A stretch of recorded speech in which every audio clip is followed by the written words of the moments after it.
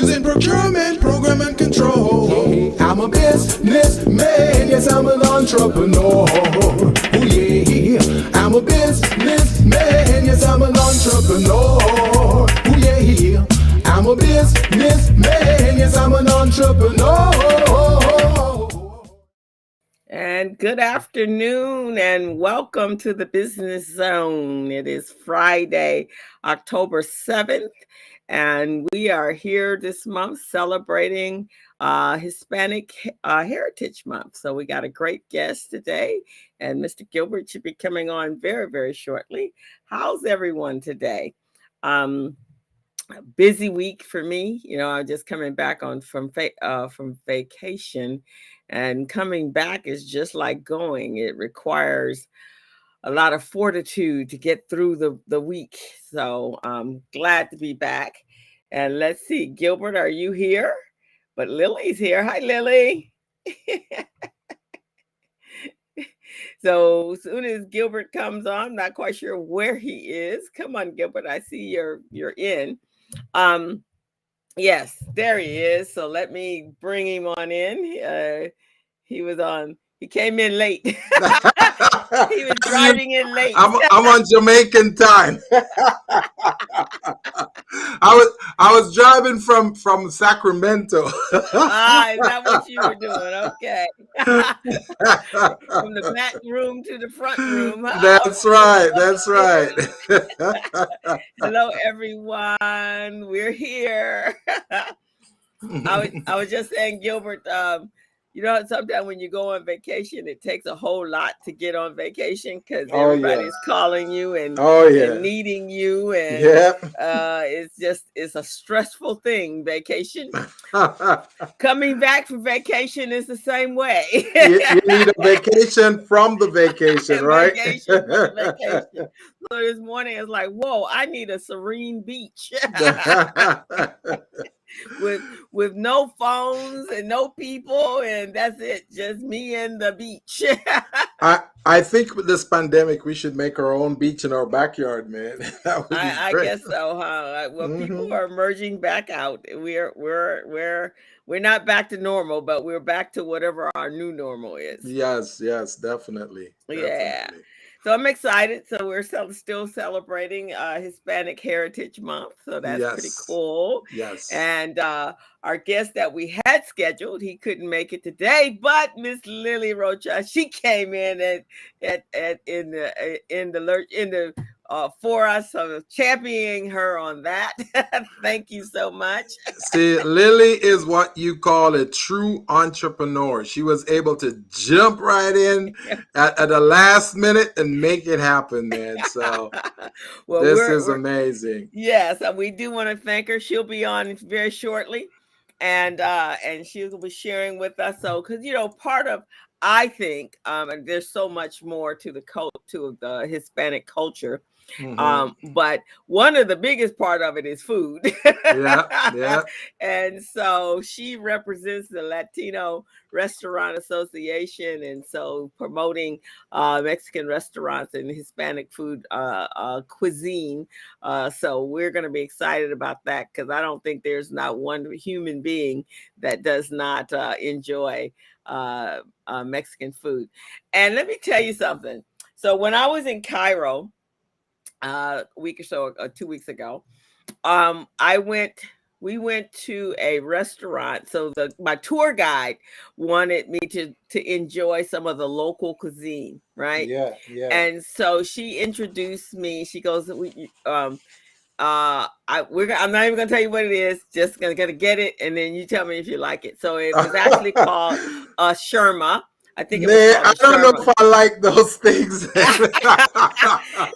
It was a shawarma, and so when I went to bite into it, it had like a tortilla shell on the outside, and when I went to bite into it, it was chicken, and it was cheese, and I went, hey, this is like a quesadilla. Chicken and cheese, huh? It was folded up, but it had some spices and some so forth. So when I went to my bank, This week we were sharing about my vacation, and so I was telling her. She goes, "Oh, because there's a Spanish influence on the foods in Egypt and some Oh, of those really? countries." I did not know that. Yeah, so there was quite a few things that I ate that were very similar to food that I've eaten from other cultures. So we learned something today, huh? I did. So Wow. she can elaborate on that more, but that's what she told me that and the breads. Yes. I was talking to Greg yesterday, and he wanted a rocha, no, a roti as a Hmm. Trinidadian Yeah, a roti. food Yeah. roti. So when I Googled it, and it looked like a flatbread, Yeah. and which was the same thing I had in Egypt. Yeah. And so only thing, it opens up like a pita bread, right? When you open Yeah. it up inside. So for them in Egypt, they put their meats and stuff on the inside, and then they Yeah. eat it like that. So Yeah. and I think probably same thing. I guess the roti, is that how is that you got Yeah. something It's similar it's to that? yeah, it's roti. Well, we kind of piggyback on them because we use the same roti, but it was prominent in Trinidad, so we give them credit for that. Okay, but you have something like that It's in the your same thing. We Jamaican. have the same thing, and you Okay. put the meat in it, and you wrap it up like a Yeah. burrito, and Yeah. yeah, that's how we eat it, man. It's good. It's so good. Well, that's the same thing that I had when I was in Cairo. Yes. Yeah. So So so so it was all good, huh? it was all good, all good. So food around the world is the same. You know what's amazing? Our guest, Lily Rocha, she's in Houston, Texas right now. That's where she is. She's at the Hispanic and Latino Heritage Month celebration that's going on down there. So I'm sure she's having some great foods down there. So can't wait for her to come on and tell us a little bit about that. But I, I uh, I I I agree. I hear that Houston is the place to be when it comes to Latino food, man, because they have these different events. It's amazing. Right, and you're on the southern part of the border there, the Gulf. Yeah, So yeah, that's borderlining the yeah, Latin yeah, countries there. yes. So yes, of course, it's very a lot of influence Hmm. there. Yeah, so food is like, I think is a natural love for everyone. You know what I noticed, Crystal? Even though it's unofficial, people don't say it, they don't speak about it, but food is that one thing that brings a lot of people and a lot of cultures together. You notice that? I do. In fact, some cultures, like, I watch a lot of foreign movies, right? And so in the Asian cultures, everything is around food. Yeah, So around all their food. movies is around food. They Yes. sit down at the table, and they're enjoying their whatever they're eating. They're Yeah. enjoying it. In the Korean, it's what is it, kimchi, and Yeah. then you have your noodles, your ramens, and that kind of stuff. Yes, I think and then in the Black culture as well, Yeah. African Big culture is all about food. big decisions are made around food, man. Hmm. Because so even in business, right? If you're doing business with the Japanese, the first thing they do is before they even talk about a contract or talk about doing business, they say, "Okay, let's go to dinner. You bring your family, we bring our family, and you go to dinner. And while you're at dinner, is when they start talking, about things. They start asking you questions about you, learning about you, your business, and all of that." Hmm. Hmm. And then later on they decide whether they want to do some business or not. So that's why we have Thanksgiving in the Latino culture. You got Cinco de Mayo, Right. you got Dia de Madre, which is Mother's Day, and then you've got a variety of different holidays in the Latin culture, man. It's just amazing. Yeah, it's a big part of it. Sandy Lou just tapped in on hello, Sandy Lou. She's on, probably coming in from your Facebook or your LinkedIn. Hey, Hey, Sandy Sandy Lou. Lou. How you um, do? How do you do, Sandy Lou? uh yeah, so very, very important. I mean, and I remember when I was growing up, and I'm sure this is the same thing. Um we grew up every weekend. We had Sunday dinner with our families, and sometimes it was potluck, so people were bringing in. So food is kind of like it's kind of like the international love of people. Yes. We all love to eat, and we all Oh, for have our sure. favorite foods that we like to eat. So I'm excited to talk to her. Let me ask this question, and we probably out here transforming lives. Okay, Sandy Lou. Um, let me ask this question, because this is I think what is the difference, because I know we're celebrating Hispanic heritage, so Hmm. what's the difference between the Latino celebrate or and his the word Hispanic? What's the So difference? I'll give my definition, and I'm sure when Lily comes on, she's gonna proper explain it. But Okay. Hispanic is more geared towards Spain, Portugal.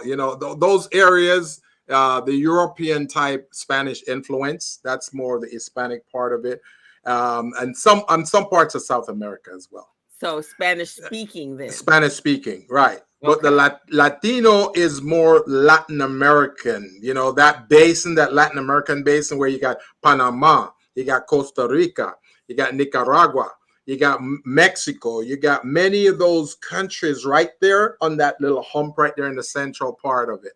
So Okay. so America, you got North and South America, right? So the Yes. northern part, is here, the US and all of that. The southern part is, you got Chile, you got So that would be Ecuador. your Latinos from South America, Right, and right. then the Caribbean, Spanish Caribbean countries along the Yeah, Gulf. they tie many of the South American Spanish speaking countries into the Latino description as well.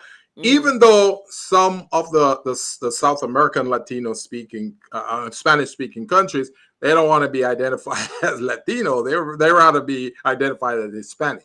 So Ah, yeah, so it's an amazing description and categorization of it. And I'm sure okay. when Lily comes on, she's gonna, she'd probably correct me and say, "Hey, that's not how it is. so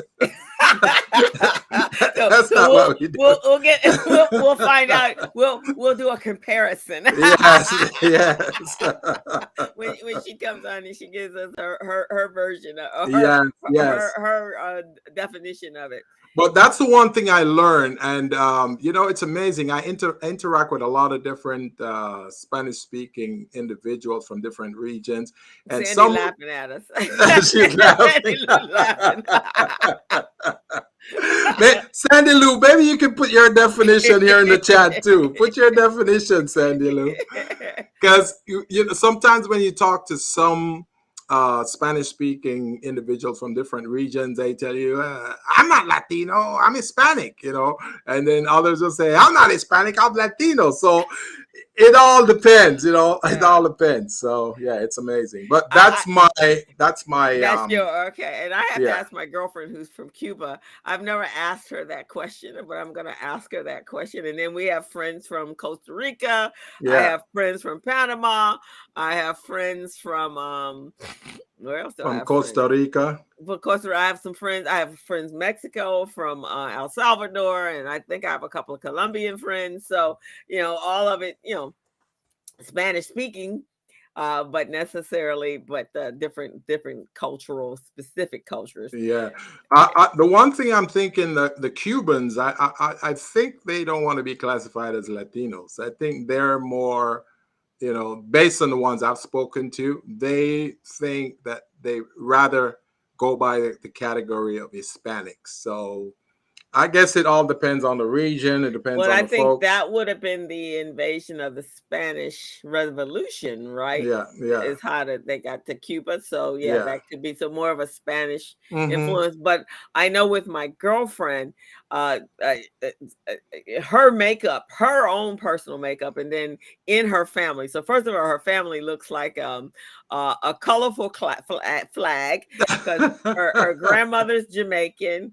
On her mother's side, on Yeah. her father's side, they're Barbados, and then she has cousins that are more the direct lineage to Spain.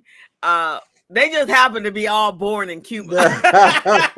So it's just a melting pot of Spanish and Latin culture ingredients.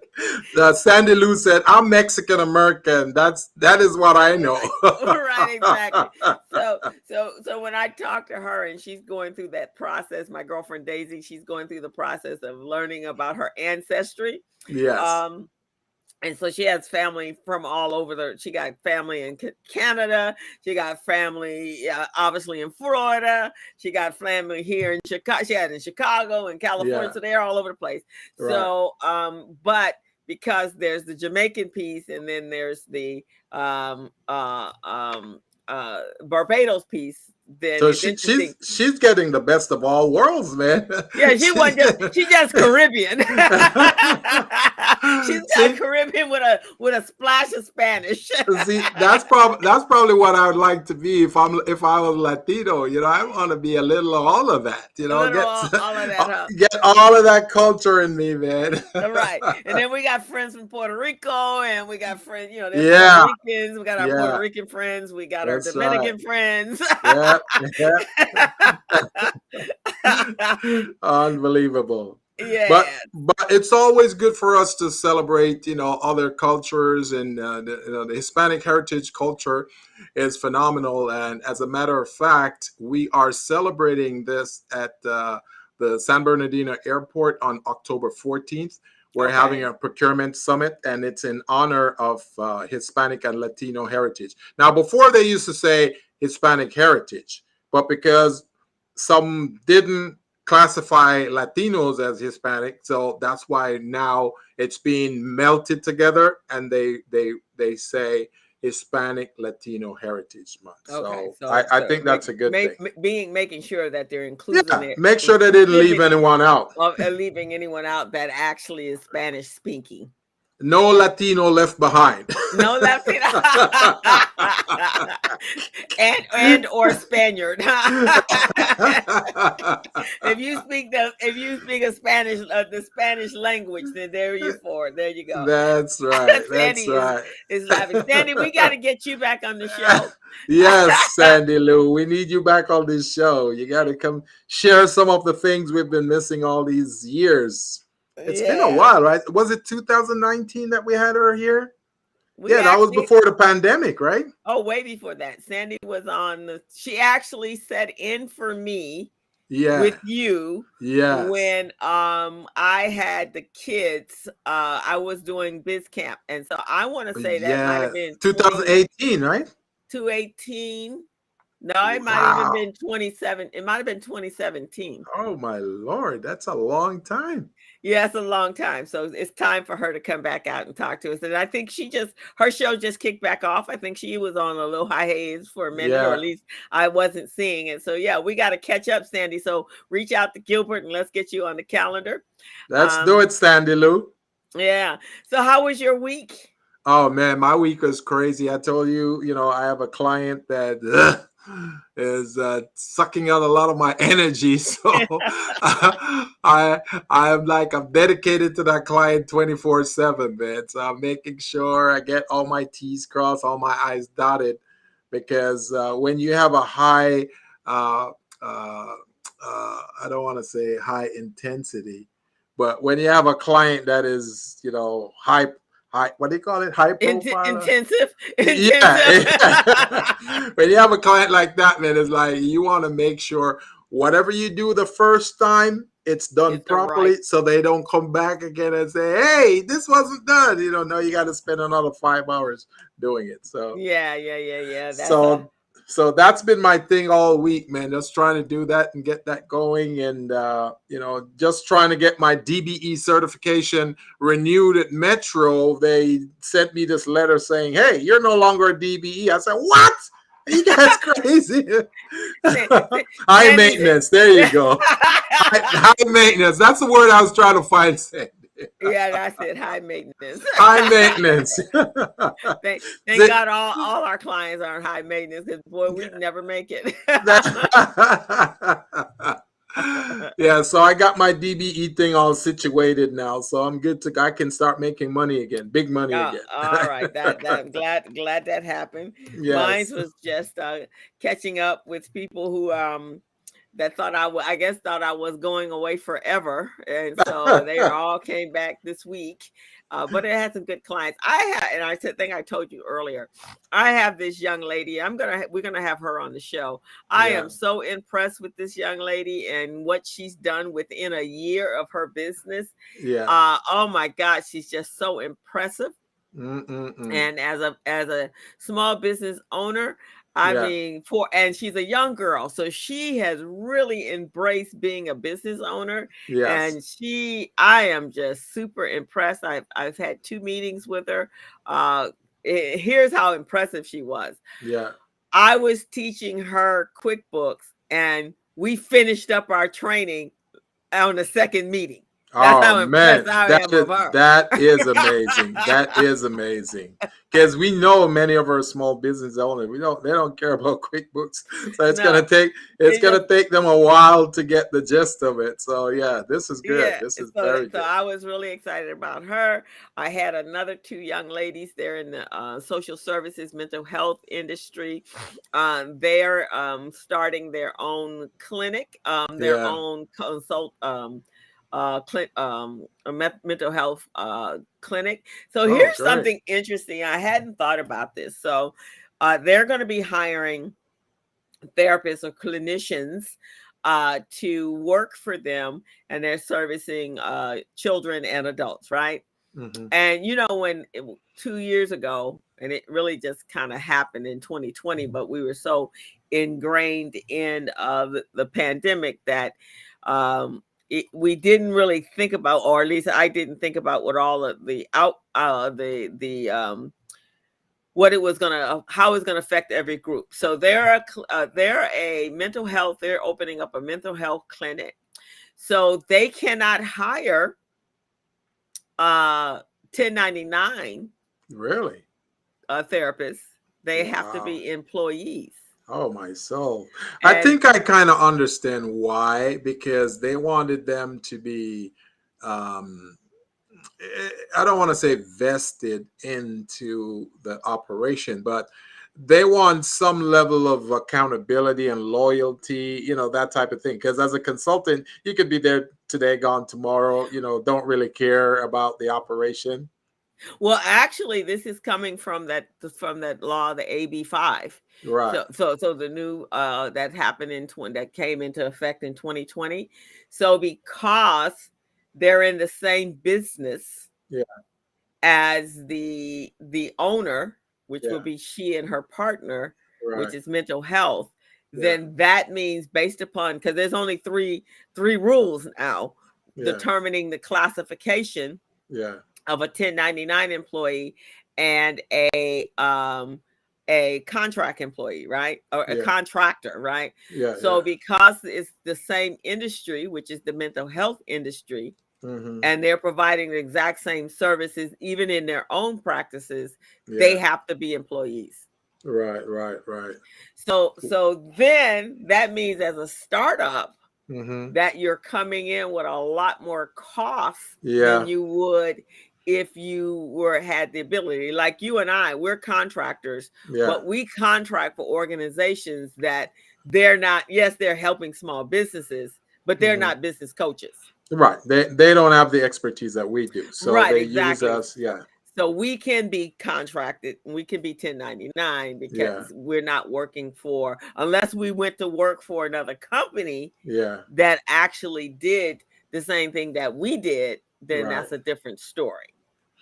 That's unbelievable, man. That's all. I hear there's some similar stuff is going on in the food industry also. Maybe Mhm. maybe Mhm. maybe when Lily come on, maybe this would be a good transition into her to tell us a little bit about that industry and how does the AB 5 Senate bill affecting her small businesses in the restaurant business as well. Did you want to bring her in? Yeah, we can bring it. Yeah, so that was, and I hadn't even thought about that. I'm thinking. I mean, obviously, it was the gig industry that was a Yeah, challenge, right? yeah, yeah. For them, which is why we're here. But I do know as a small business. So at one point, when I was first talking to these two young ladies, they were going to wait to hire their there were other like admin and so forth, because they knew they had to bring them in as employees. They Mm-hmm. needed to be able. So now we got to strategically bring in enough money to launch the business at the same time to be able to pay for 3 or 5 employees off the bat. Wow, that is so crazy. so that's a challenge for any small business when you got to really have a plan to Yeah, hire employees. Now restaurants, yeah, you can't open the door because that's a labor intensive a business. So it's all about the labor. You can't deliver without your wait staff. You can't deliver without your cook and your sous chef, all that sort of stuff. But consulting yeah, businesses are a little bit different. yeah. It's a little different. And usually you at least get a contract so that you can make sure you can pay for your employees, because it's a Yeah, catch-22. But right. yeah, so we had to rethink everything, and then so we really truly have to do a financial forecast. And they're brand new businesses, so they're Mm-hmm. not going to get any loans, and they're not going No, to get any lines of credit because there's no traction. They're right. brand new. So So they're that's brand new, meaning the first year, right? the The first first year. year. They Yeah, yeah. they're gonna have to run this course for at least 3 years before anyone even start looking in their direction. Right, exactly. So it's a little bit different, and making sure that they get get. I told them we want them to, I suggested more contractual business than trying to do transactional, Exactly. because you got Right. to have consistent income coming in that you can Yes. guarantee that's going to come in every single month. But Yeah. I hadn't even thought about that. But when we think about our small businesses, that's a challenge, man. It is a challenge because think about it. When anything goes on in the economy, who suffers the most? The The one small at business though. the small businesses, the one at the bottom of the food chain. So the system is skewed against us. And if we don't come up with a collective system to deal with this, and again, I keep, you know, alluding to our guest that's coming up, Lilly, because she's on a committee right now that deals with some of these types of things, and maybe she can be the voice for us to speak on behalf of that, to bring about some kind of change. So Right. But we're again, interesting. Go ahead. and I knew that when that AB5 first came up, and I knew the reasoning why it came up, but also knew how challenging that was going to be Yeah, for certain entities that were going to, unfortunately get lumped in. And I'm getting Lily's bio right now. yeah, That was going to get lumped in to this without, it really being a problem from them, yeah, because one of the things that from a contractual standpoint, you understand that you're not an employee, yeah, and that you're on, you basically have to do whatever you need to do to make your business profitable, right? yeah, yeah, But it's a little bit different when new young people coming in and they're starting their own businesses, and they're not understanding right. that whole process. So And that's why it's good to have a show like this, The Business Zone, which comes on every Friday from 3 to 4, where we bring on small businesses to speak about some of the issues that they're facing, and folks like Lilly, who are advocates in the community, to help share what type of resolution that they are interfacing with in terms of organizations to help. So this is a great platform, and we bring resources together. That's what we do. yeah, to bring information. Okay, so for whatever reason, well, let me see. I finally got the link to come up so I can get her bio. So when I bring her in, then we can get going. My week was a little intense this week. what happened? just a lot of stuff coming in that, after Catching up and stuff catching that, up, and when you yeah. come back from vacation, the whole idea is to come back relaxed. Yeah. You didn't get the memo on that, I didn't, man. And it's hard enough trying to get to a vacation, and let huh? alone being inundated once you get back from the when you get back. So There, Sandy Lou that, says Lily has a lot of oh yeah, insight. yo, she definitely does, man. Lily is like the walking digital encyclopedia when it comes to some of these types of issues. So we All can't. righty. Well, I am going to bring her in. So you guys are tuned into the Business Zone with Crystal and Gilbert, and we're going to have a great conversation with Miss Lily Rocha and celebrating Hispanic Heritage Month. So with that, I am going to pop her on in. Hello, There Lily. she is. Hey, Lily. How are you? I'm doing great. Told you Lily, Lily, guys. Lily, we thank you so much for taking time out of your busy schedule, because we know you're at an event in Houston Texas right now, and you're here sitting talking to us when you should be out there making money. So thank you. No. It was it was fill in at the last minute, but it's a break here in Houston.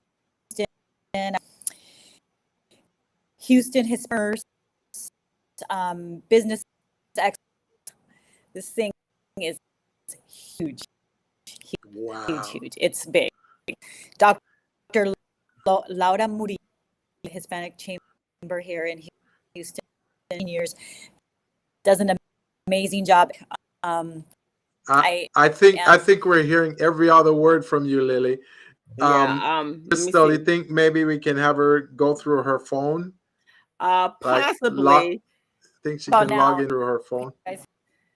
Yeah, we're still losing some of your audio Check when and you see speak. if you look down at I think at the very bottom, there's a gear shift there. And actually, her signal seems to be strong. Yeah, it seemed to be strong. I don't know why the audio sounds so choppy. Try it again. Let's see. Try it again, If Lily. not, yeah, we can come through her phone. You know what? I'm on. Let me just turn it off. Be an issue, you guys on YouTube as well. So while she's doing that, let me read How- her bio while she's fixing that. So Lily Rocha is the current CEO of the Latino Restaurant Association, an 800 plus member national organization based in Los Angeles, California. Lily is also the founder of the Sabro Latino Food Industry Trade Show, the nation's largest food trade show, and she's a graduate of University of California, Berkeley, and she's also attended St. Mary's University in London, England. And she has developed a passion for healthy eating while a student at UC Berkeley, and the passion has led to a lifetime commitment to wholesome living. So welcome, Lily.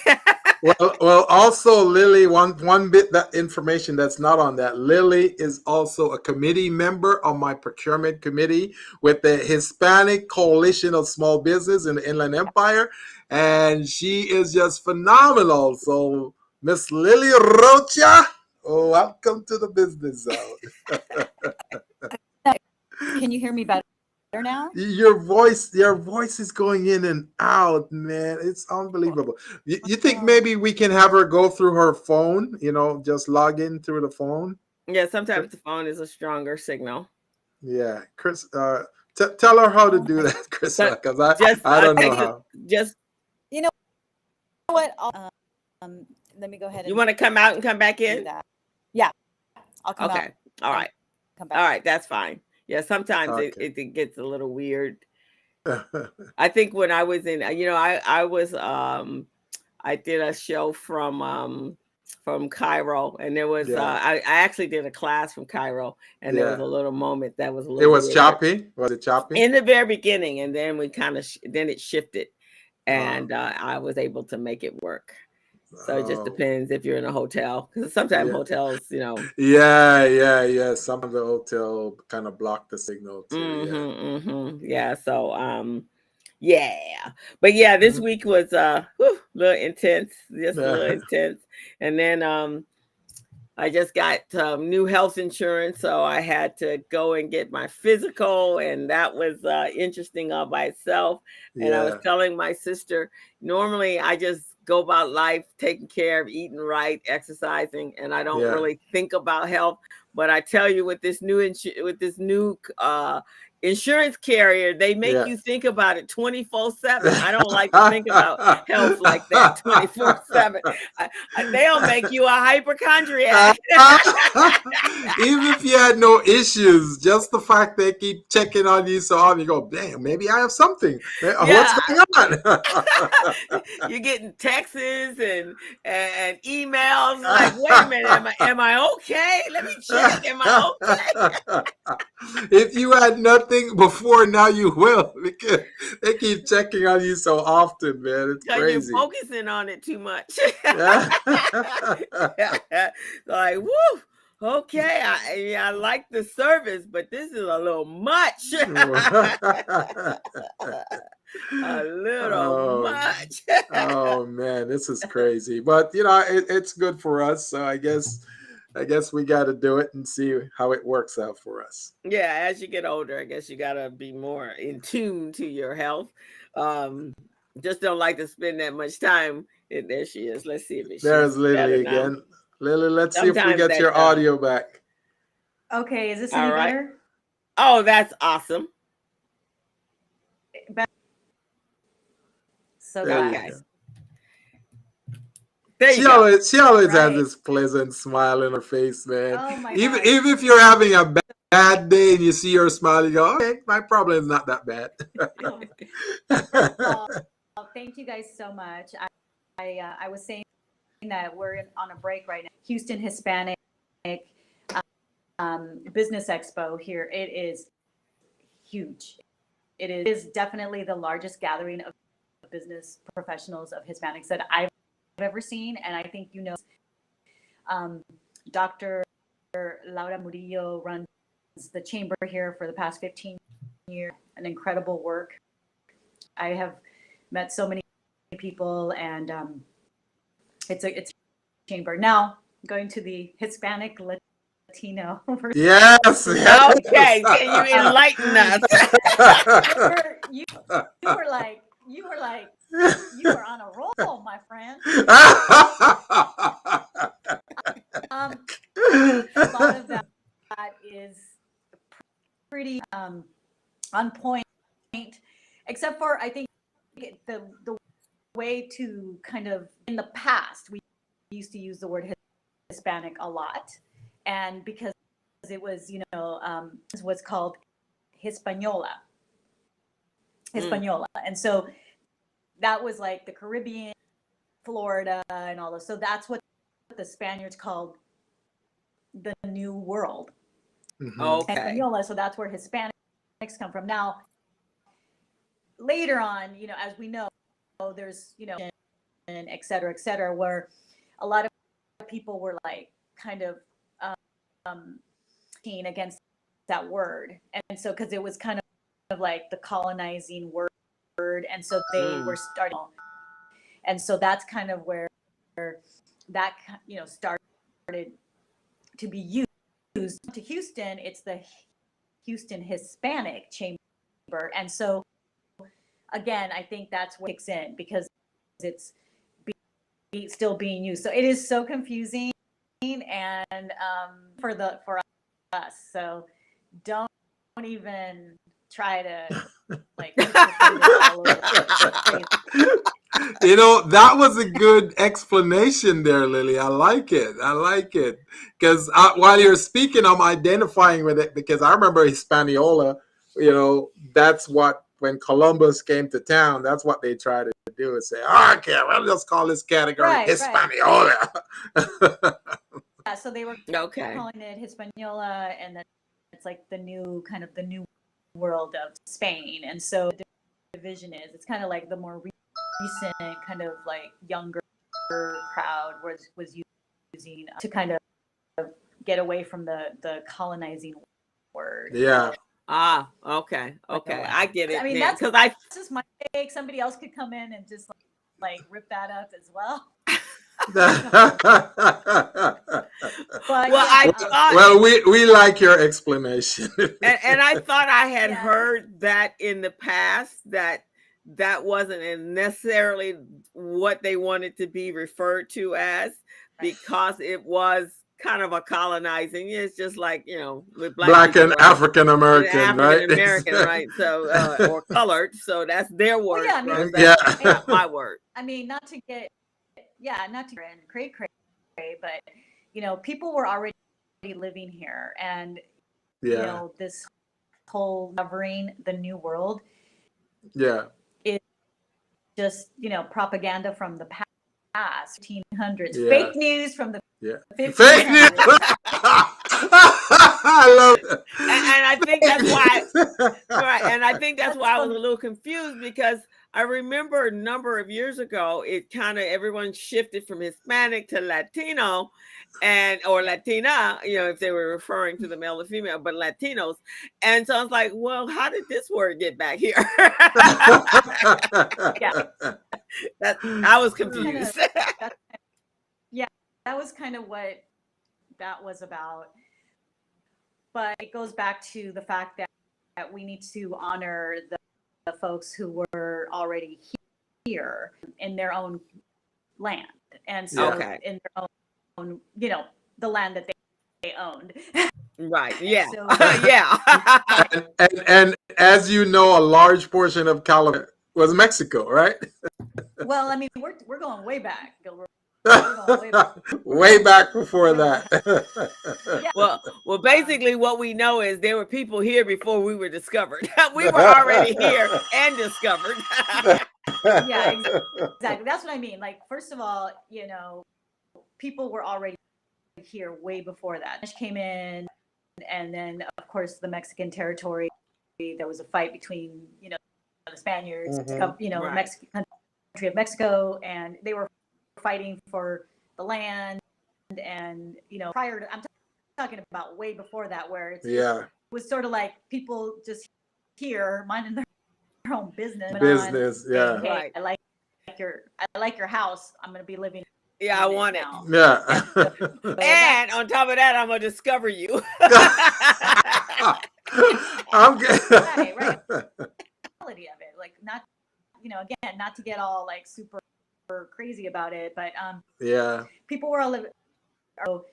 When the Europeans came and quote unquote discovered the country, that's when we're having issues now, because it's like no, people were already living here, and their property were taken away, as well as the women were basically the whole like mixture of everything. And Gilbert, I was telling you, I did my DNA. I told that black.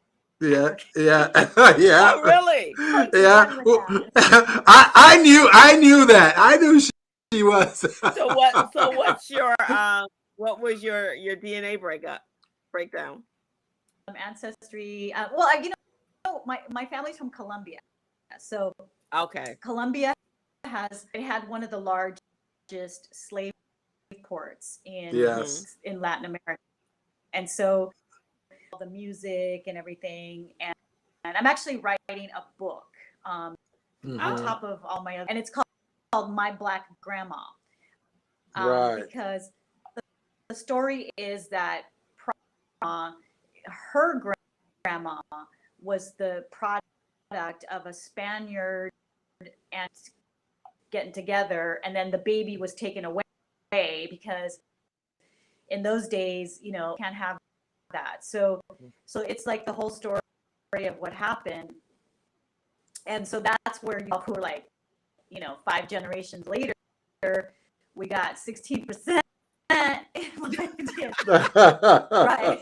And so Yeah, it's interesting because there's a lot of people like myself, and paying homage to the history. And so so Colombia has one of the largest slate into like Brazil, Colombia, this particular port. And you know, when they got there, they're half of the way to the north. And so that's kind of where it is. And so most of them from Senegal. And so Senegal has a very strong cultural tie with this part of Colombia.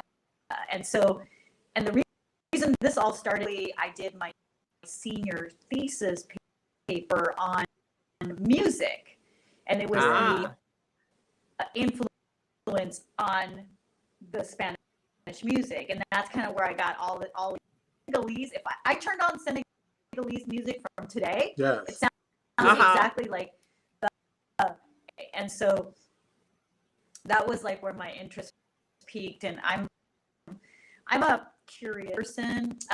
I'm like the Latina, you know, Rachel Maddow. I like to say. Yes. I hear that.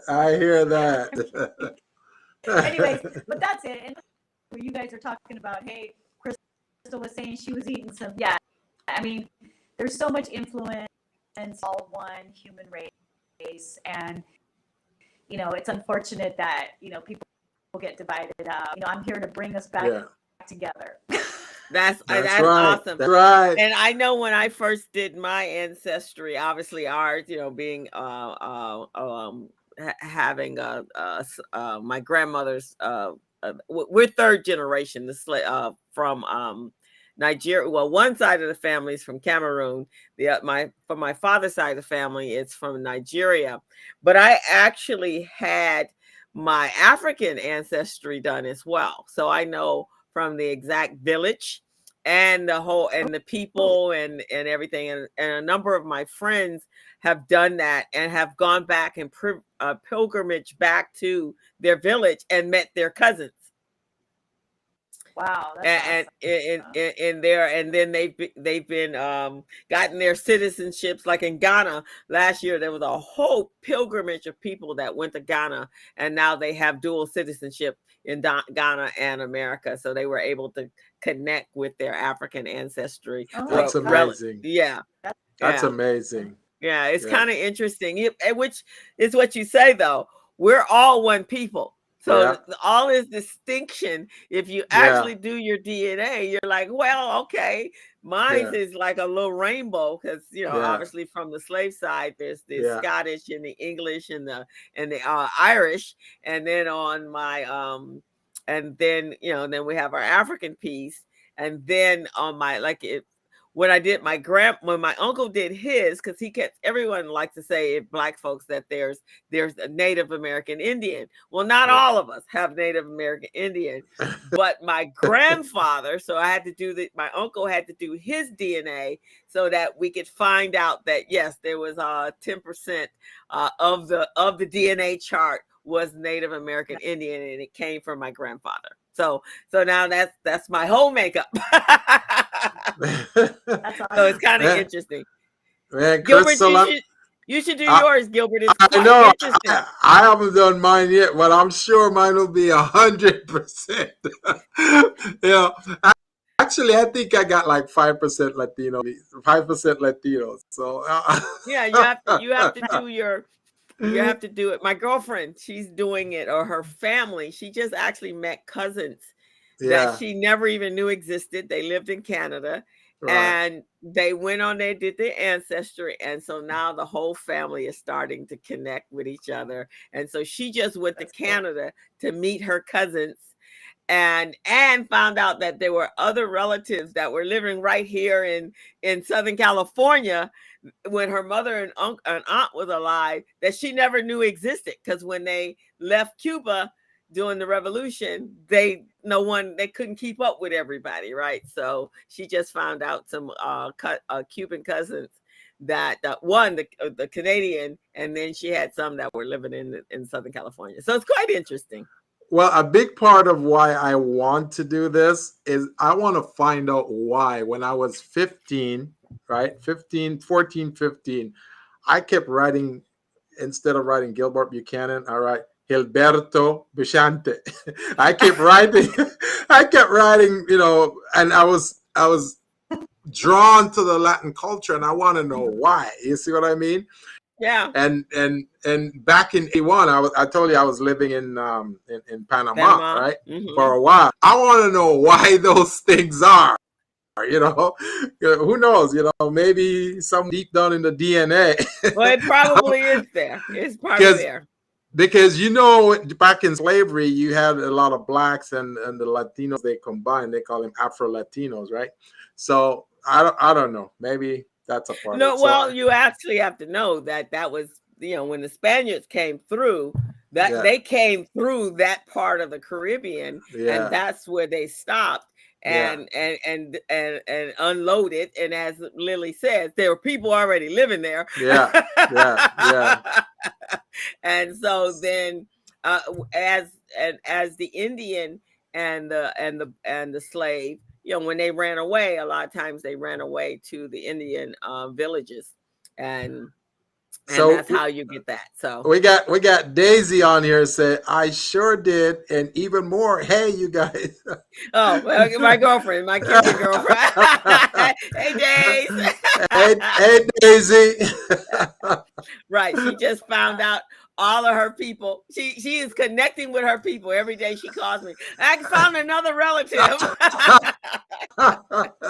So, Lilly, are you connecting with your new relatives? But I haven't really connected with anyone new.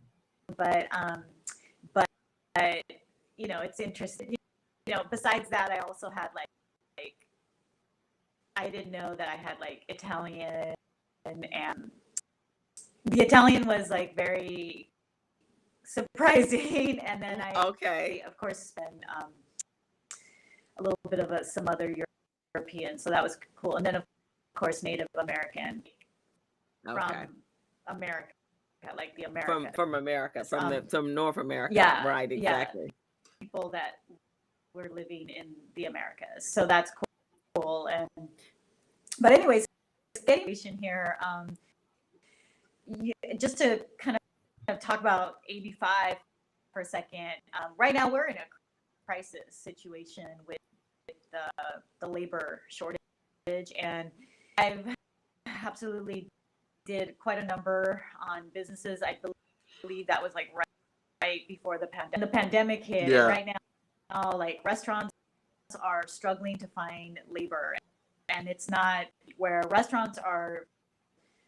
of restaurants are closing down, smaller that they can, because the wages are very high for restaurant workers. Then there's the situation where I'm seeing restaurants closing at like middle of the day, if they even are open. Customer service has really gone down. So right. I just talked to we were talking owners of restaurants, which is the Landry's here out of Houston, one of probably the largest chain in America, one of the largest. Yeah. And so they were saying, like, you can come, because they're going to be high, and we cannot guarantee good customer service. Wow. Because there's prices, and then people aren't going to come.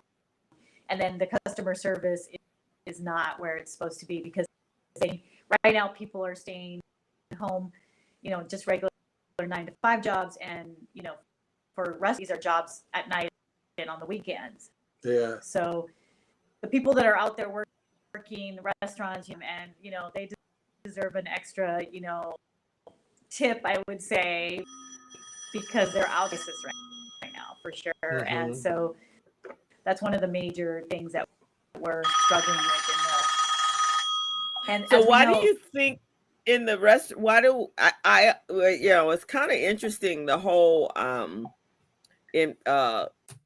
lack of people wanting to work or whatever it is. What do you think is behind all this, especially in the food industry?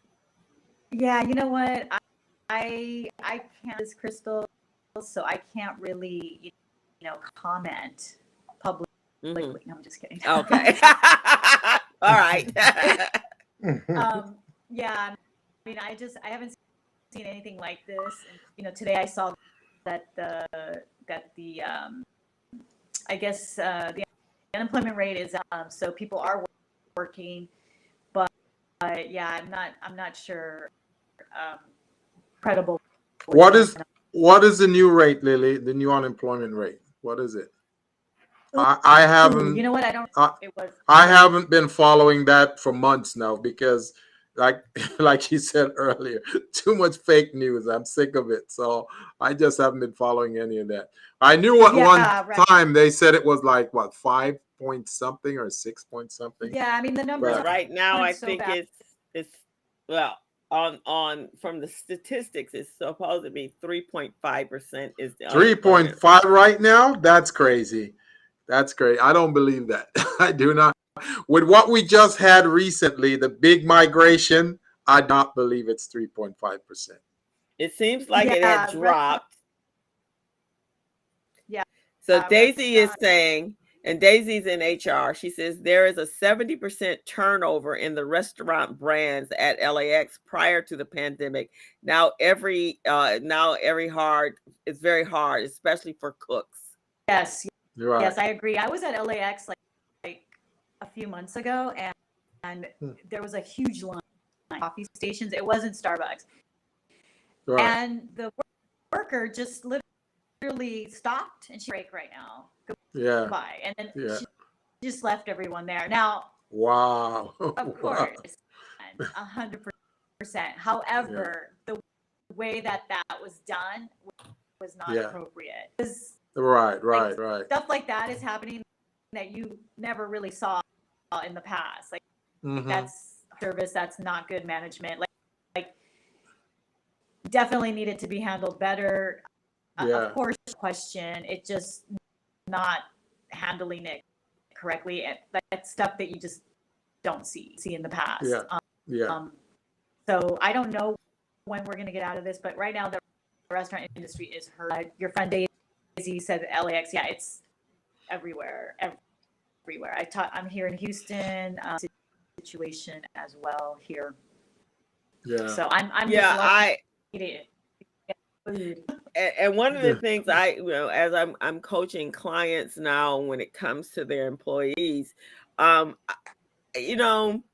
think when you make that, you have to kind of make that employee feel valuable. And I think Right. that's one thing that came out of the pandemic was I don't have to be mistreated to work. Now, I don't know, not quite sure what these people are doing for money because they're not getting unemployment. So, and it's not like it was during the pandemic, right? So they still have to be eating and it's not cheap to live. So I'm not quite sure how are they making money? And they all didn't start businesses because, that's our industry. But Yeah. I do know, one of the things I say to everyone that I know that's in business and starting a business, you have to really come at it in a sense that one, you got to create that work-life balance, first thing, Mhm. and you got to make them feel like they're important and that they're part of you making your money. And so more empowering and making them associates versus just I can trade you out at any given point in time. Yeah. So Absolutely. And I mean, I am all on board giving folks, and I'm lucky, and Gilbert knows, like, my team has been with me. Even like we're having an event in LA tonight. I'm here in Houston. Jessica is taking care of it. So, and but we've been telling restaurants, that, folks really like the restaurant owners that I speak to, they how do we, they really do value their employees. Like they know. And so, but there comes is impossible to meet. Yeah. Yeah. And, there are people, I heard people are getting like the benefits, like they're getting all these like other perks. So they're really trying, like there's pet insurance, there's, wow, like work with your hours. Yeah. Shit, like working with, like giving people like super flexibility. So that's happening. So occurring where people are getting, extra perks, money and perks, and it's very hard. And it's right now. still very hard. Yeah, because I mean, obviously Gilbert and I, and I'm sure you did too, Lily. We worked straight through the pandemic, so it's not like there was a break for us. Yeah, we were running after trying to get money and how to stay to surviving. But my business picked up tremendously during that time, so I'm not quite sure. Daisy says what survived pretty much the pandemic is the fast food chain. Most applicants in the fast food are 18 to 25. They start at 18.50 per hour, and they're being given startup bonuses up to $1,500. Right. She is So right on. they had to do that. Yeah, they had to do that to keep them interested and engaged, because during the pandemic, it's like a high risk time, and no one really wanted to risk their lives going out there. So that incentive 1,500, I think it was very attractive to keep them, Yep. Engaged. Absolutely. She's we gotta get Daisy on the show. She's exactly. Yeah. Gotta Yeah, get Daisy on the show. yeah. Daisy, come on the show, Daisy. Daisy has been in the well, first of all, she's been in HR for that's her career. She's been there for 30 plus years. She worked in the hospitality at in the hotel industry and the airport industry. And one of the things that when she worked for Continental at the time, one of the things that she did that I really was impressed with, and I learned a lot from her, was how they appreciated their staff at Continental. She would Hmm. once a month do a whole appreciation thing for every month she was running out, and they have this big afternoon of appreciating the employee Yeah. and then the company itself. Now it changed when they merged with United, and she left, and now she's been there. She's worked HR and food industry. She did that at the airport. Now she's working in a manufacturing company.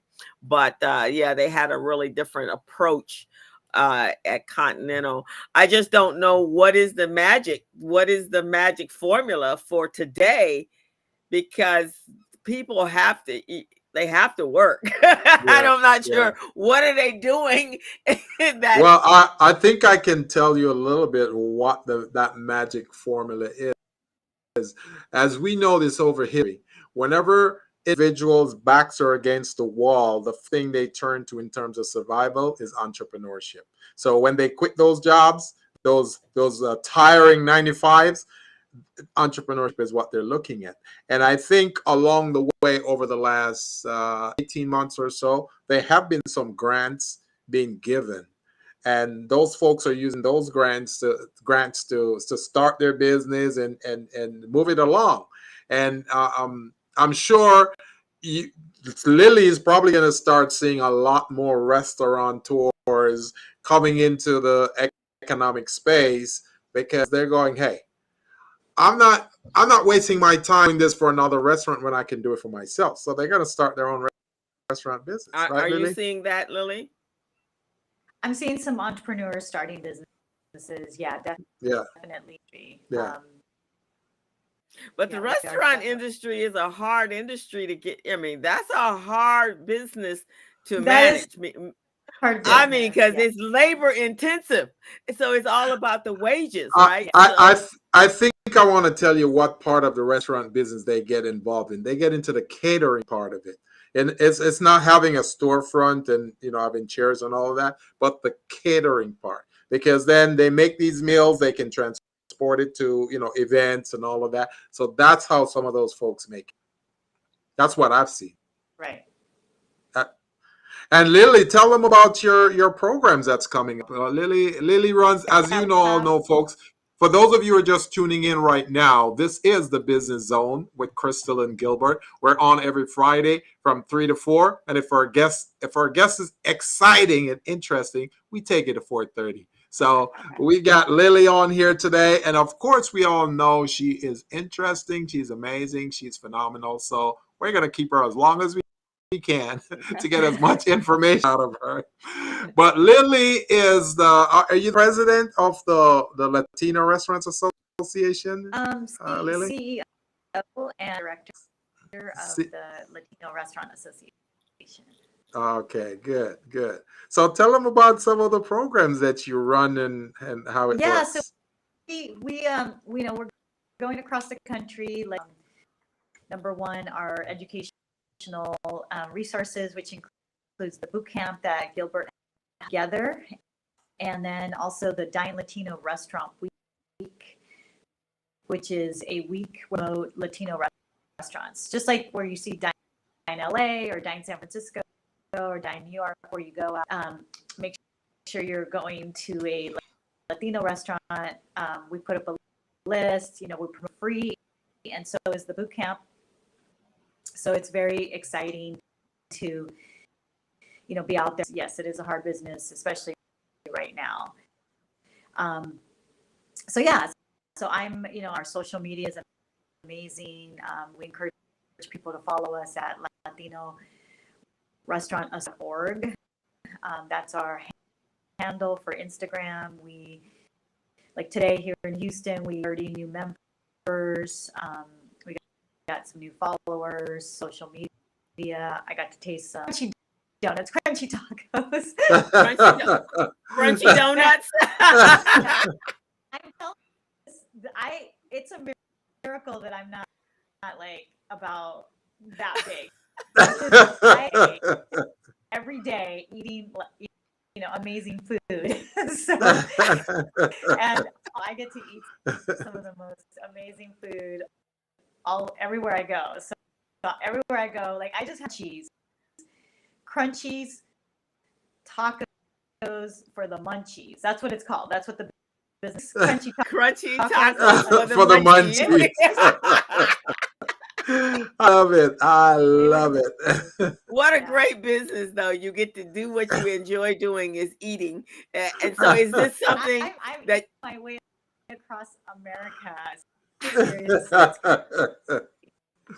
Well, Lilly, maybe you can tell our audience a little bit about your experience with Sabor Latina, because you've done some great work in that space. And, we don't want it to go unnoticed or unmentioned because you've achieved some stuff in that. So can you speak to that a little bit?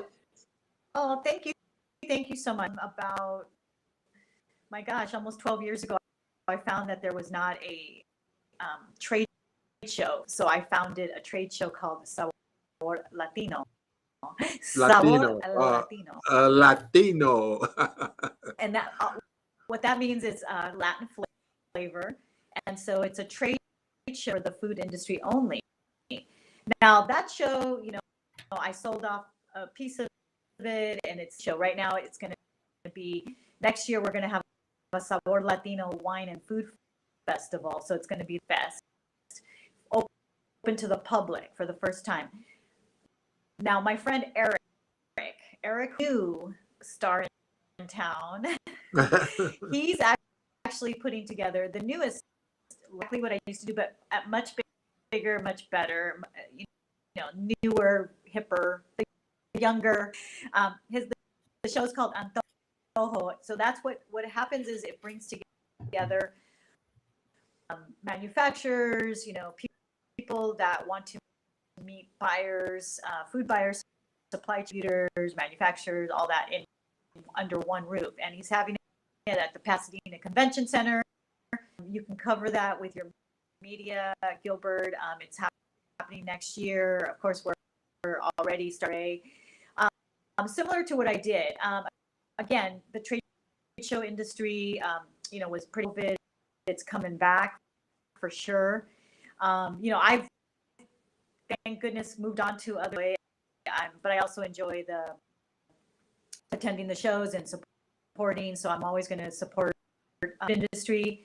I'm on the board of the LFIA, which is the Latino Food Industry. I gave a grant to a few folks to help them scale their brand a lot in the community to help folks.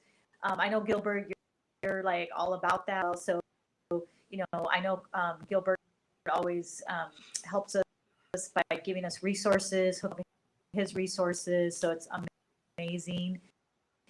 Me right now, honestly, like I've reached us, which, it's funny because I see people that I knew from 10 years ago, they're still doing the same thing, by no longer sort of like being in that space, you know, Mhm. that's allowed me to grow too. All friends from like years ago, and they're still doing the same thing. They're like, you know, dream big. I'm doing, and so we've moved on, and so Okay. I feel like I love it, and you know, I love helping others as well. So, but yeah, I think seeing young folks, like this Crunchies guy with the crunch, you know, he's a young guy. I can see success written all over that, and he's doing great. We love to help. So right now, not just eating my way across the country, but helping folks advice and helping, you know, give resources where we can. So it's been. And is that what the Latino? So what do you do for it? I mean, for your members, what exactly? First of all, how many? Yes. You have over 800 members. Actually, right now we're approaching 1,000. Wow. So we're approaching right now, and we're national. So we have two main programs that we focus on. One is that includes the boot camp that I just mentioned. It's a 6-week course for business owners, Okay. you know, with the niche being restaurant owners. So it's really geared towards restaurant by, like I said, Gilbert put the curriculum together. What we're doing now is we're having teaching some of the classes because they have the knowledge and they have some of that background, and we got that as far. Yeah. The restaurant owners were helping put that.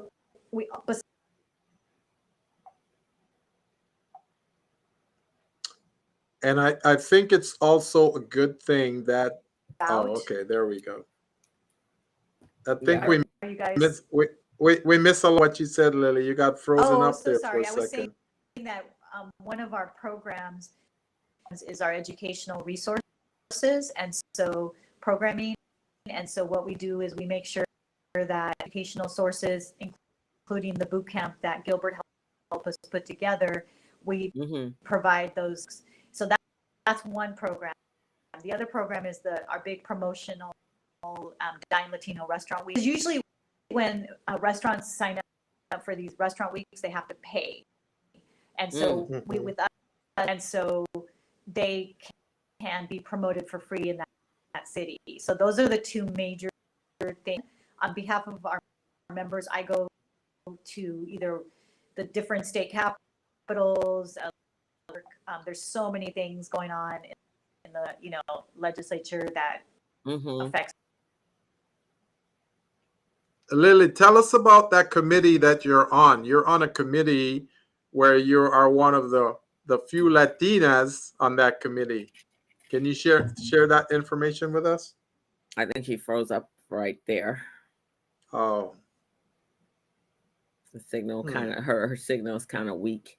Well, while the signal is coming back in, I'm gonna share. She'll be back in a minute. I will share a video that was I think the new channel CBN actually did a interview with them. So while she's coming back, let me share. And let's go. Heritage Month, honoring the history, culture, and contributions of Hispanic Americans. And what better way to celebrate than with food? As KCAL9's Rachel Kim explains this afternoon, Dine Latino is your chance to support Latino restaurants. Ooh, that We looks have healthy, good. we have Mexican, we have Argentinian, Venezuelan, Cuban. All of it is wonderful and delicious. Well, there's no shortage of mouth-watering foods on display today at Don Chente Bar and Grill in Pico Rivera. That's where the Latino Restaurant Association launched Dine Latino Restaurant Week. It's in honor of Hispanic Heritage Month and to raise awareness about the reality of restaurants still struggling to rebound from the pandemic. Most of the restaurant Latinos is pop and mom restaurants, so support our business. Beginning today through Sunday, more than 150 Southland Latino restaurants will be promoting their house specials to get people back into the restaurants and help keep these businesses going in their communities. Our ceviche is definitely a classic. It's nice and fresh. El Pescador Bar and Grill in Montebello is happy to participate. because the initiative promotes equitable recovery in the restaurant industry and celebrates and supports Latino-owned businesses. It's a breath of fresh air. It seems like we're heading into the right direction to normality. It definitely feels good, you know? So it's a big deal. I mean, we get to support our local business owners, Latino business owners, and then we get to have fun at it. We got to keep the community open. We got to keep employees, working. Correct. It's really important, vital for the economy. Just liking a picture, sharing with a friend, just telling someone, just leaving a review. Nowadays, all those simple things are going to help. And this organization and, promoting the Night in Latino definitely is helping us. For more information and a list of participating restaurants, go to our website, kcal9.com, and click on Seen on TV. Reporting in Montebello, Rachel Kim, KCAL9 News. That's wonderful. Love it. I got so hungry looking at that ceviche, Is Lily still on? Is she still on? Lily? No, I think we lost her. I don't know if we lost her signal. But I thought that was that food looking good. I'm Daisy and say we need to go over to Fiesta Martin and have some tacos. Well, there's one they were also talking about El Pescador. El Pescador is a nice. There's Lily. Lily, did you see that video? I think let me bring her back in. Yeah. Did you see that video, Lily? Oh no. Man. It was play it again. Okay. One of your colleagues actually was you were interviewed on KCAL9. Jessica Urena. You hadn't seen it? No, let's see. Okay, we're gonna run it again. And Tati Pacheco, it was just amazing. I was hungry. Yeah, I was hungry. Wait. Let me share. It's an excellent video. Yeah, it's a great video, man. I was hungry. I know. Now I'm ready to go eat. So let's share so she can see it. It was awesome. Honoring the history, culture, and contributions of Hispanic Americans. And what better way to celebrate than with food? As KCAL9's Rachel Kim explains this afternoon, Dine Latino is your chance to support Latino restaurants. We have healthy, we have Mexican, we have Argentinian, Venezuelan, Cuban. All of it is wonderful and delicious. Well, there's no shortage of mouth-watering foods on display today at Don Chente Bar and Grill in Pico Rivera. That's where the Latino Restaurant Association launched Dine Latino Restaurant Week. It's in honor of Hispanic Heritage Month and to raise awareness about the reality of restaurants still struggling to rebound from the pandemic. Most of the restaurant Latinos is pop and mom restaurants, so support our business. Beginning today through Sunday, more than 150 Southland Latino restaurants will be promoting their house specials to get people back into the restaurants and help keep these businesses going in their communities. Our ceviche is definitely a classic. It's nice and fresh. El Pescador Bar and Grill in Montebello is happy to participate because the initiative promotes equitable recovery in the restaurant industry and celebrates and supports Latino-owned businesses. It's a breath of fresh air. It seems like we're heading into the right direction to normality. It definitely feels good, So it's a big deal. I mean, we get to support our local business owners, Latino business owners, and then we get to have fun at it. We got to keep the community open. We got to keep employees, working. Correct. It's really important, vital for the economy. Just liking a picture, sharing with a friend, just telling someone, just leaving a review. Nowadays, all those simple things are going to help. And this organization and, promoting the Night in Latino definitely is helping us. For more information and a list of participating restaurants, go to our website, kcal9.com, and click on Seen on TV. Crystal, you have to Reporting send me in that. Montebello. Send me that. Huh? Are you hungry yet, Lily? It actually is on your website. Cool. It's on her website. That's where I got it from. Lily, this is amazing, man. You guys are doing great work in the community, and I think you guys need to be commended for this, man. This is amazing. I can't hear you guys. Can you hear us? Oh, you can't hear? Oh, Oh, okay. Let me see something. Her, I can I can hear her. Yeah, I can hear you, Lily, but you Let can't me hear see. us.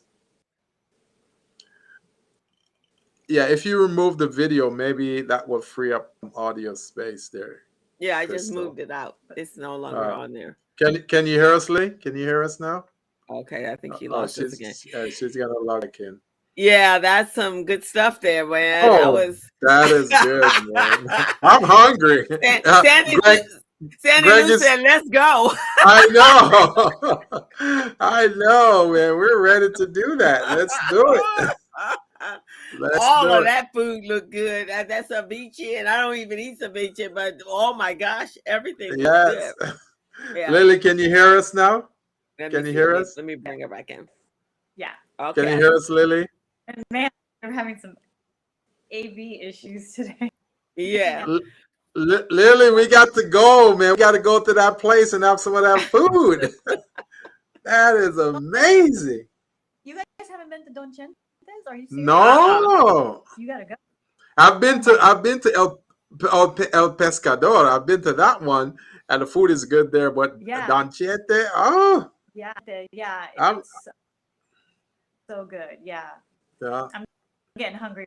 I know. I was hungry too, just looking Well, at that. so it's a good thing she's at the Hispanic Heritage Yeah, in celebration. Houston. She can go downstairs and eat. So let me ask this question. So Lily, can we go on to the Latin? Can we get a referral for all of the incredible restaurants that are part of your association? Yeah. Yeah, of course, absolutely, definitely. Yep. Yeah. Okay. Well, when you get back. Let me tell you, there's a place in Linwood. It's called Balam. It's my absolute right. It's like absolutely one of the best taco places. It's called Balam. And where is it located? In Linwood? BAL. They got a little patio out there. BALON. Yeah, that's around the corner from my girlfriend. B as in boy, A as in apple, L as in Lily, A as in Balam. Oh, okay. Balam. Okay. Okay, tacos. Yeah, that's right. Daisy, she lives in Inglewood, so that's right around the corner for her. So it is so good. It is. I mean, I gotta tell you, that incredible. So check it out. I gotta run back downstairs. Okay, but thank you so much. We so appreciate you, Lily, for being on this show. Thank you so much. All righty. Thank you, Crystal. Thank you. You're welcome. Thank you. Appreciate you. Thank you, Lily. Appreciate you. All righty. That was good. Good stuff. Sandy Lou says, yay. Yeah, that was so you hungry now, co-host? No, I'm hungry, man. I want to go get me some ceviche, some of that so fajitas, all of that good stuff, man. Fish. Greg said, said, I'm glad I just ate too. Wow. And it's interesting. So the guy said pop and mom. So that tells you that such a patriotic, different culture, right? Because the black culture is mom and pops, but his is patriotic. So it's pops and moms. Yeah, that's it, man. That's it. That's how it works.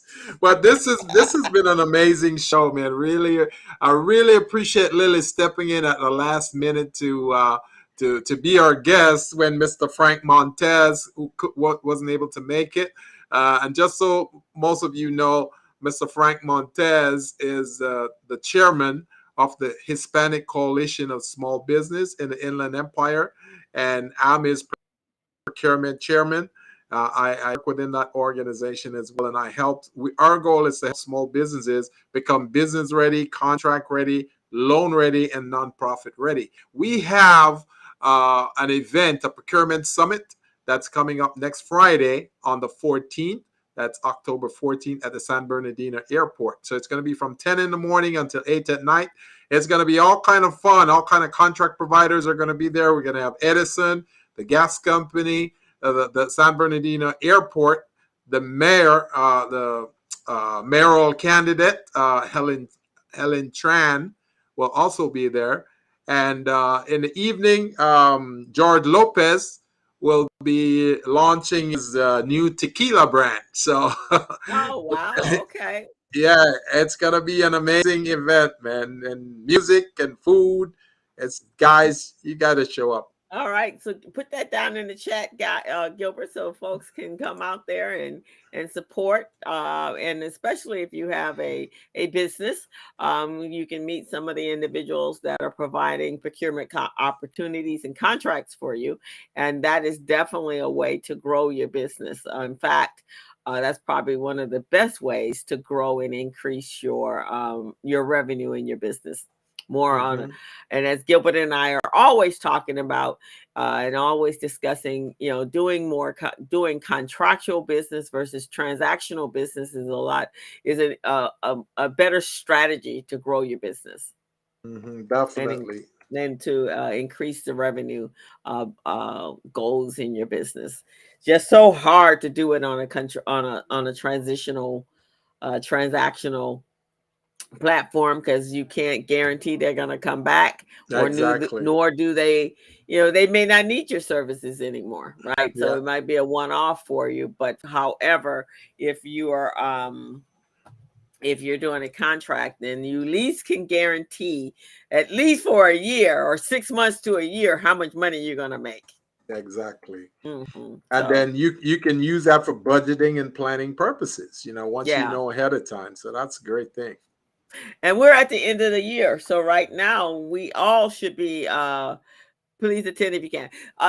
We all should be looking at what's going to be our revenue projections for 2023. Yes. So very important to now sit down, go back and review the last 10 months or the 9 months. And now you can actually even plan out for this last quarter, but utilize this historical data that you're going to collect in order to project for 2023. That is what I'm playing for all of my clients, is I'm letting them know up front. So this is what we're going to be doing in November. We're going to be projecting out and getting ready so that we're hitting the ground running in January, not guessing, that you kind of have an idea. Because to go along with that is you have to have, you can set a goal, a dollar amount for your goal, but now you have to have a strategy to get to that goal, right, Gilbert? That's true. And I just want to add a little fuel to this for you guys. If you're going to plan, it's now October, you want to start your planning now. So by the end of the year, you have your budget, your strategic plan in place, your milestone plan in place as well.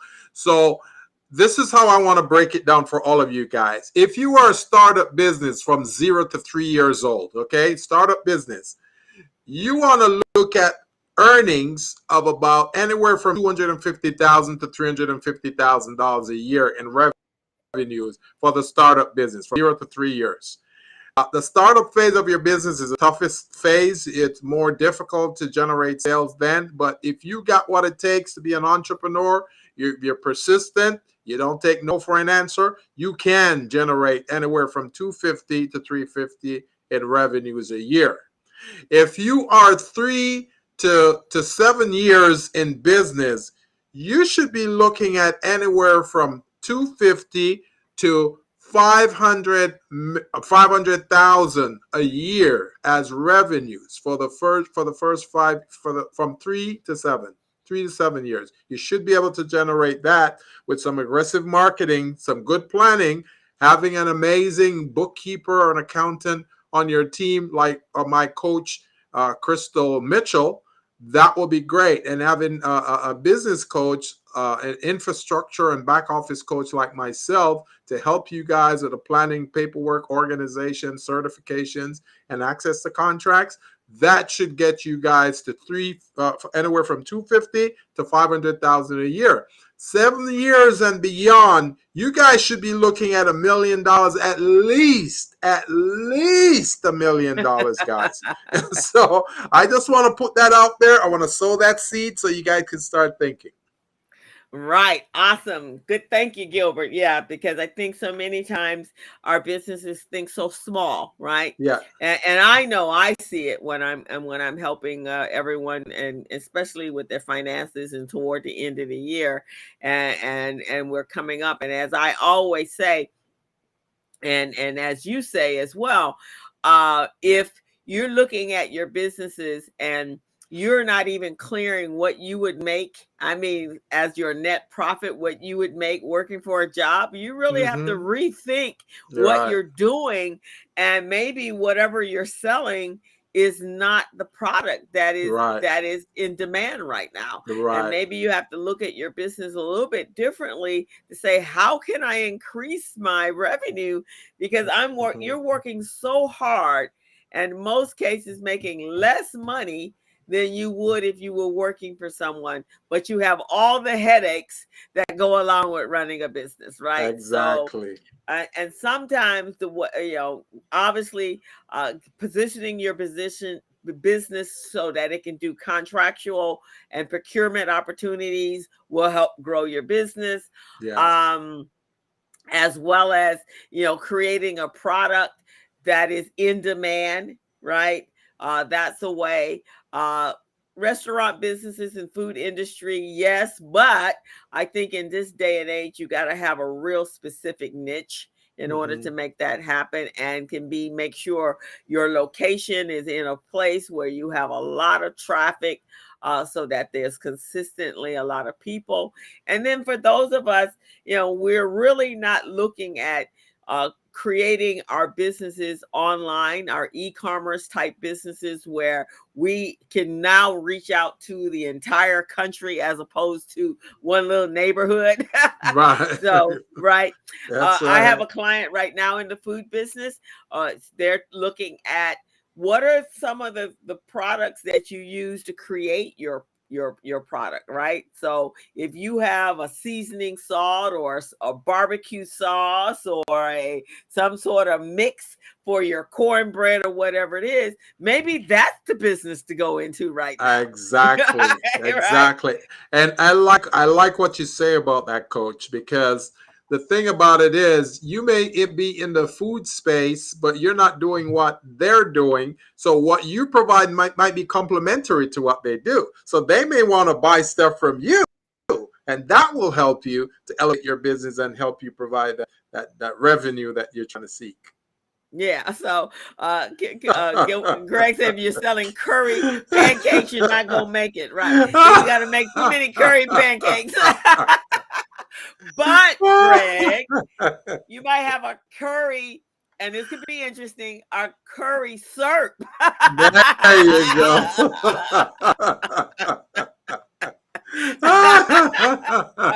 Maybe a curry ginger syrup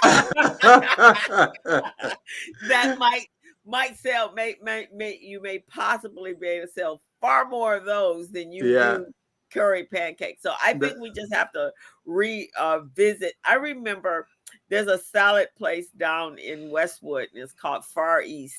Mm-hmm. Food is, I mean, it's just lettuce. It's just lettuce and crouton. I mean, actually wontons, right? But what they did was, it was the dressing that was the hit, right? Oh, So wow. that's what they sold. They sold the wontons, which were homemade, and Yeah. they sold the syrup. I mean the The dressing. dressing. And so now they can sell that on their website, and they can sell that in large bulk versus Right. just the salads and the people that were coming into Westwood to buy it. So Yeah. just a thought, guys. What is That's it that you're creating that you can actually bottle up yeah. and manufacture it Mm-hmm. and sell that? So I have quite a few of my food businesses that I'm coaching Right. that's what they're doing now. They're looking for what do you call it? What is it? Cold press? Co-packing. Co-packing Yeah. and being able to pack up. And we have a client, I don't know if you've actually met with her. She has a cookie mix. So she actually Oh, yes. Lula. Is that her name, Lula? Yeah, I think her name is Lula. Yeah, I think it is. So she actually, instead of making the cookies in bulk and selling the cookies, she She created sells a the mix. mix, right? She Yeah. sells the mix, and so she's Yeah. doing really well with that. Yes. And Right. just a way, and all you have to do is put in the milk or the egg, but Yeah. everything else is in the It's package, already there and right? already made. I love that. I love Yeah. So that's a great ingenious idea. and I asked her why she did this. I said, "'Cause the cookies are awesome, right?" Yeah.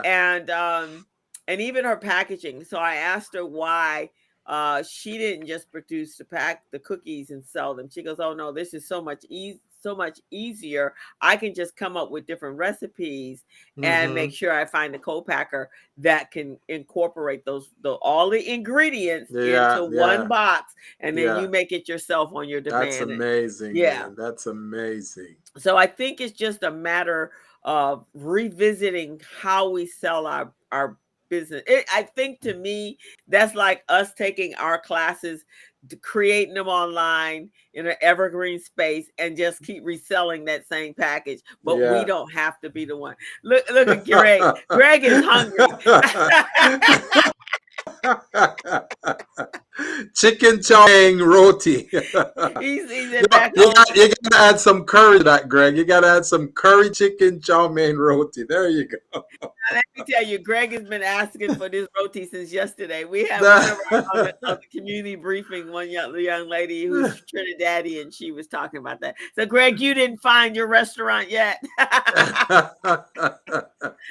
All righty, guys. Great show.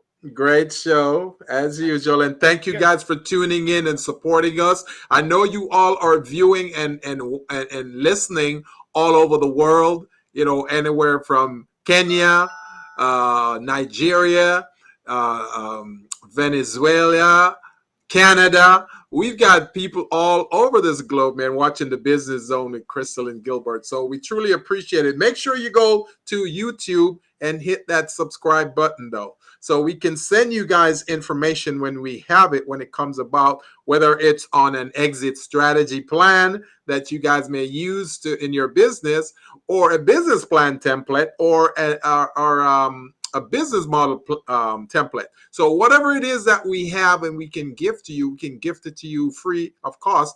We'll do that. So make sure you subscribe, guys. Hit that subscribe button so you're now in our pool or a database, and then we can reach out to you. Right. So awesome. So you are tuned into the Business Zone with Crystal and Gilbert, another great show celebrating Hispanic Heritage Month. And we had a great guest today. Next week, Gilbert will be at the conference. So just know we're going to run a rerun, but it'll be a good one. And so still tune back in. So it's always information that you can learn from. And then coming up in 2 weeks, Gilbert and I are going to kick off our entrepreneur and what are we calling it? Our love and the entrepreneur.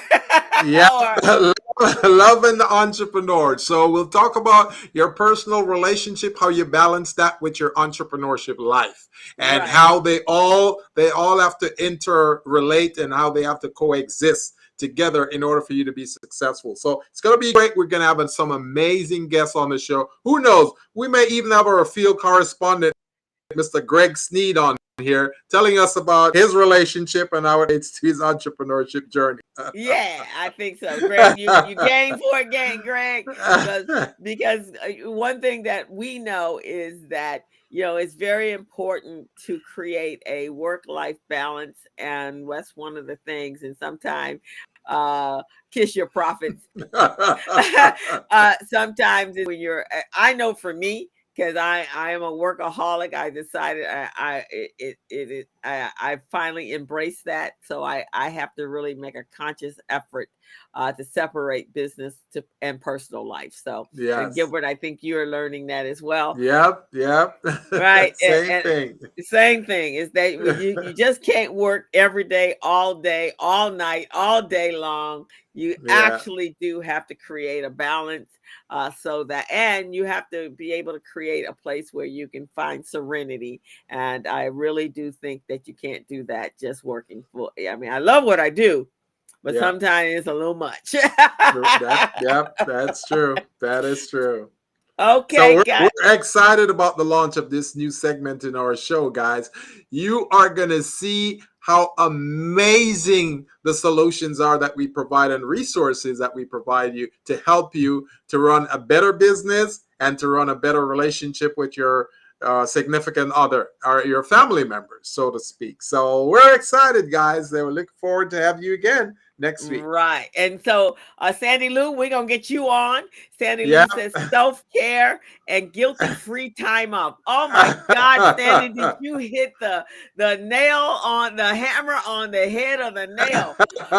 Not feeling guilty that you're not working, man. Yeah, taking some time off, and while you're taking your vacation, you go, man, I should be helping this client now. I should be doing this for this client instead of being on vacation enjoying yourself. So yes, Well, and I was proud of myself. I only did one community briefing, and I did one workshop for the New Women's Business Center while I was in Egypt. Pretty much, I didn't look. In fact, anybody that was reaching out to me on my texting me, because I was able to receive texts doing that, and actually I could see what was going on at home. But the one thing I said to myself, I texted them back, sorry, on vacation. Sorry, on vacation. Greg said, we were proud of you too, Crystal. I just refused. I refuse. Yes, Sandy, you can definitely help your clients better when you're well rested. And I think you have to be really, we have to set the boundaries for our clients. Yes. They don't set the boundaries for us.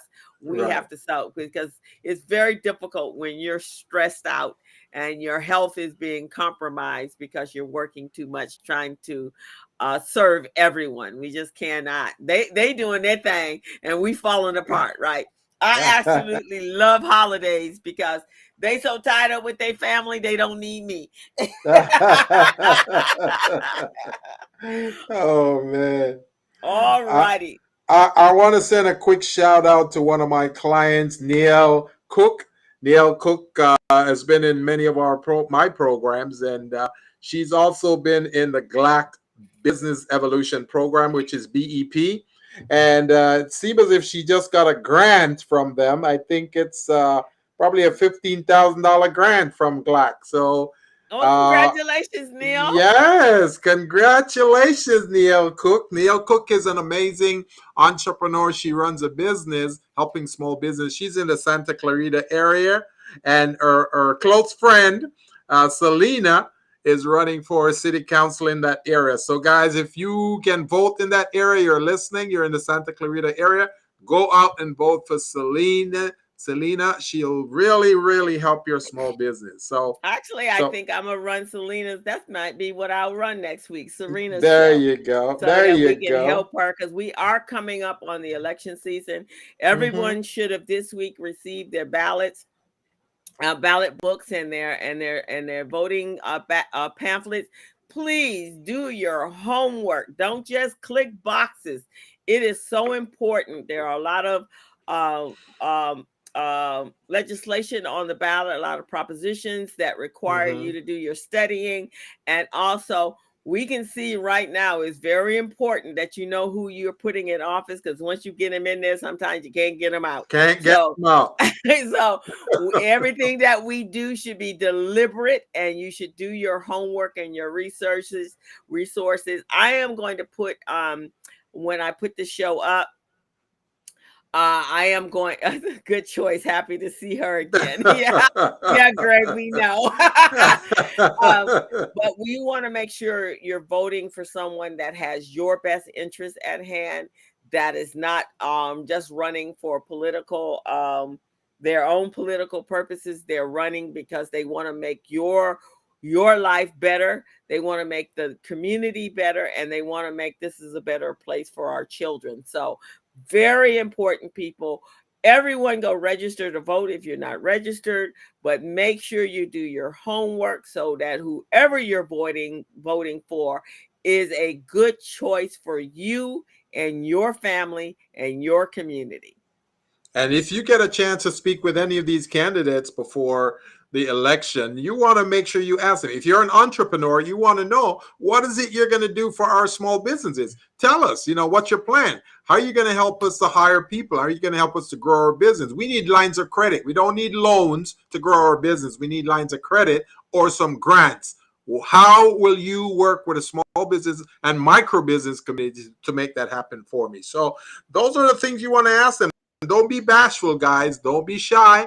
You want to ask them, because if you just vote for them because you like them or someone tell you to do it, but they're not providing you any benefit, then they get in there and they do all their little crooked stuff, and you get taxed even more. So you don't want that. So exactly. Think about and everything it, guys. is high. I mean, did you notice? So before the hurricane, which had nothing to do with us, before the hurricane, gas prices were coming down. Yes. All of a sudden, last week, gas prices shot back up. And and they're blaming it on the hurricane, right? Putin. That's crazy. On Putin, but all of a sudden it's just like Biden took his mind off of something else, and they just shot the. I paid. I think I saw someone pay $115 for gas last week. I saw some signs $7 a gallon. Ooh. What the heck? So those are the things you want to make sure you're voting, that these people are not just gouging us. I mean, the housing is an issue, and even though you have a roof over your head, the homeless affects all of us. Yeah. It's Gilbert's fault. Man, I wish I had that power, Greg. I wish I had the power to make anything increase. I'd increase my revenues if I had that power. Exactly. So, guys, just make sure, get to register, do your homework now. November 4th is election, and you want to be ready. Make sure you get your ballots. Because one thing we know, anytime anyone is trying to take away the opportunity for you to vote, it's because anytime somebody trying to take something away from you, that means it's some good stuff, right? So don't let them take away your right to vote in this country. That's right. Gilbert, next week you have a great event, and we will miss you. Thank you.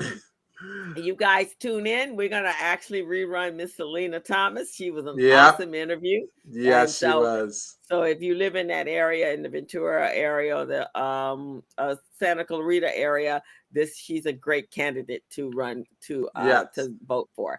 Greg, thank you. And I'm not trying to influence you guys, but Miss Selena Thomas in Santa Clarita, she will be an excellent candidate for that city council office, because she believes in small business. She is a small business herself. She's a minority business owner, and she also understands what it takes to grow business. So she would be someone looking out for your best interest. So think about that. Just think about it for a little. Awesome. Greg, thanks for coming out. Sandy Lou, awesome. Glad to have you. Thank you, Sandy Lou, Daisy, all of you. So go out, guys, if you're and Lilly Rocha. Thank you for standing in for at the last minute for us, man. You are phenomenal. We love you, and we'll always support you and the Latino Restaurant Association.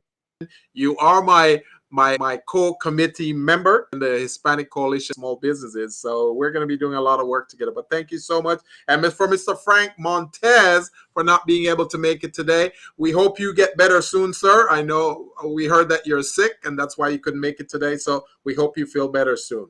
Right. All righty. You ready to sign off? Yep, we're ready to sign off. We're ready. All right. See you all next week. Have a great weekend. Be safe. Have some great food right now, because that video made me hungry. And we'll see you guys in a week or so. In 2 weeks, actually. Bye-bye. As a small biz pro, so we roll, using procurement, program, and control. As a small biz pro, so we grow, using procurement, program, and control. I'm a businessman, yes, I'm an entrepreneur.